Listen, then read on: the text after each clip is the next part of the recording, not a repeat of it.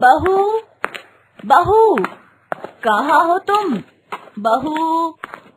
बिमला अपनी बहू सुमित्रा को ढूंढते हुए सुमित्रा के कमरे में घुस गई और घुसते ही उसने अपनी आंखें बंद कर ली, क्योंकि उसने देखा सुमित्रा बिना कपड़ों के बिस्तर पर बैठी है। क्या बात है माँ जी?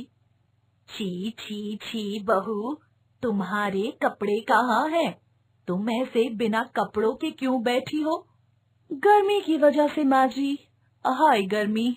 हाय गर्मी नहीं, हाय हाय बहू, कोई देख लेगा तो क्या कहेगा? तो देखने दीजिए ना माँ जी, ये कोई नई चीज है क्या? बड़ी बेशर्म हो तुम तो। बिमला गुस्से से लाल हो गई। बिमला को एक संस्कारी बहू चाहिए थी, लेकिन उसका बेटा राजीव शहर गया कॉलेज में पढ़ाई करने के लिए और राजीव को मिल गई सुमित्रा। सुमित्रा शहर की लड़की थी, अमीर बाप की इकलौती लड़की, जिसे कभी समाज की परवाह नहीं थी। सुमित्रा को राजीव से प्यार हो गया। राजीव, मैं तुमसे प्यार करने लगी हूँ। लेकिन क्यों? मैं तो तुम्हारी बिरादरी का भी नहीं हूँ। तो क्या हुआ? प्यार में ये सब नहीं देखते। दोनों का चक्कर चलने लगा। कॉलेज में सुमित्रा की सहेलियों ने उससे पूछा, सुमित्रा, तूने उस राजीव में क्या देखा? गांव का लड़का है वो। हाँ तो क्या हुआ? मैंने कभी गांव नहीं देखा क्या? इस बहाने गांव भी घूम लूंगी। सुमित्रा को हमेशा से छोटे कपड़े पहनने का शौक था। राजीव ने उसे कहा था, देखो सुमित्रा, गांव के लोग मॉडर्न नहीं हैं, इसीलिए तुम्हें वहाँ जाकर अपने कपड़ों पर थोड़ा ध्यान देना होगा। कोई बात नहीं राजीव, तुम्हारे लिए मैं इतना तो कर ही सकती हूँ। दोनों ने शादी कर ली और राजीव सुमित्रा को लेकर गांव चला गया। सुमित्रा ससुराल पहली बार जा रही थी, इसीलिए सास को इम्प्रेस करने के लिए उसने साड़ी पहन ली। बिमला ये देखकर बहुत खुश हुई। वाह, कितनी सुंदर बहू है मेरी। आओ बेटी, अंदर आओ। सुमित्रा अंदर गई और उसे गर्मी होने लगी। आप लोगों के घर में एसी नहीं है क्या? नहीं बहू, हम गरीब हैं। लेकिन मुझे तो गर्मी हो रही है, क्या करूं? हाँ, साड़ी खोल देती हूँ। घर में मेहमान आए हुए थे। सुमित्रा ने सबके सामने साड़ी खोल डाली। वो सबके सामने ब्लाउज और पेटीकोट पहनकर खड़ी हो गई। अरे, ये कैसी बेशर्म बहू है, चलो यहाँ से। सारे मेहमान भाग गए। बिमला ने कहा, बहू, ये तुमने क्या किया?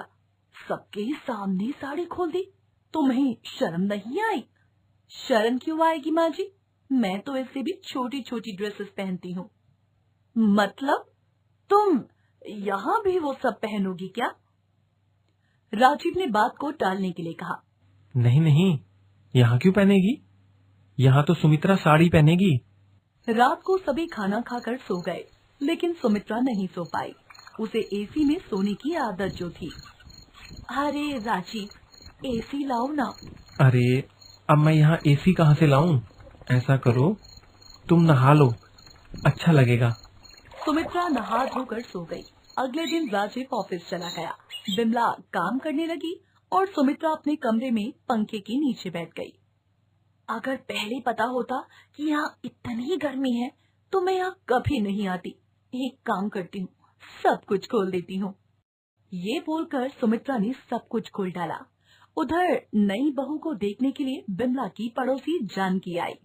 अरे ओ बिमला, अपनी नई बहू से नहीं मिलवाएगी? हाँ हाँ, जरूर मिलवाऊंगी, तो रुक, मैं बुला के लाती हूँ। बिमला सुमित्रा को बुलाने गई और जाकर देखा कि सुमित्रा बिना कपड़ों के बैठी हुई है। दोनों में बातचीत होने लगी और इतने में जानकी खुद वहाँ चली आई। अरे, इतनी देर क्यों हो रही है? अरे, ये क्या? जानकी की आंखें जैसे बाहर आ गई। अरे बाप रे, सुना था राजीव की बीवी मॉडर्न है, ये तो कुछ ज्यादा ही मॉडर्न निकली। ये बोलकर जानकी भाग गई। दोपहर को सुमित्रा ने कहा, मुझे अभी निकलना पड़ेगा, कुछ खरीदना है। लेकिन इन कपड़ों में बाहर जाओगी क्या? हाँ तो क्या हो गया? सुमित्रा टॉप और हॉट पैंट पहनकर बाहर चली गई। सारे गांव के लोग आंखें बड़ी बड़ी कर देखने लगे।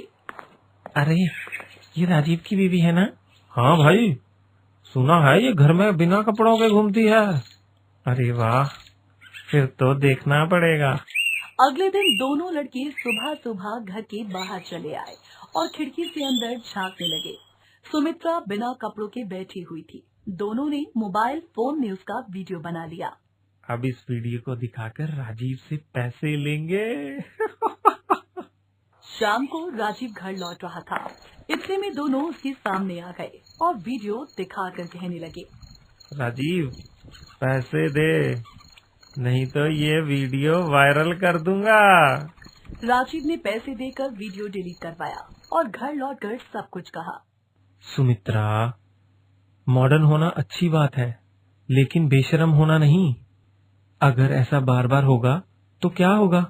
माफ कर दीजिए, आगे से ऐसा बिल्कुल नहीं होगा। मुझे सब कुछ समझ में आ गया है राजीव। सुमित्रा गांव के तौर तरीके सीख गई और खुशी खुशी रहने लगी। वो समझ गई कि बुजुर्ग लोग सही कहते थे, जैसा देश वैसा भेष।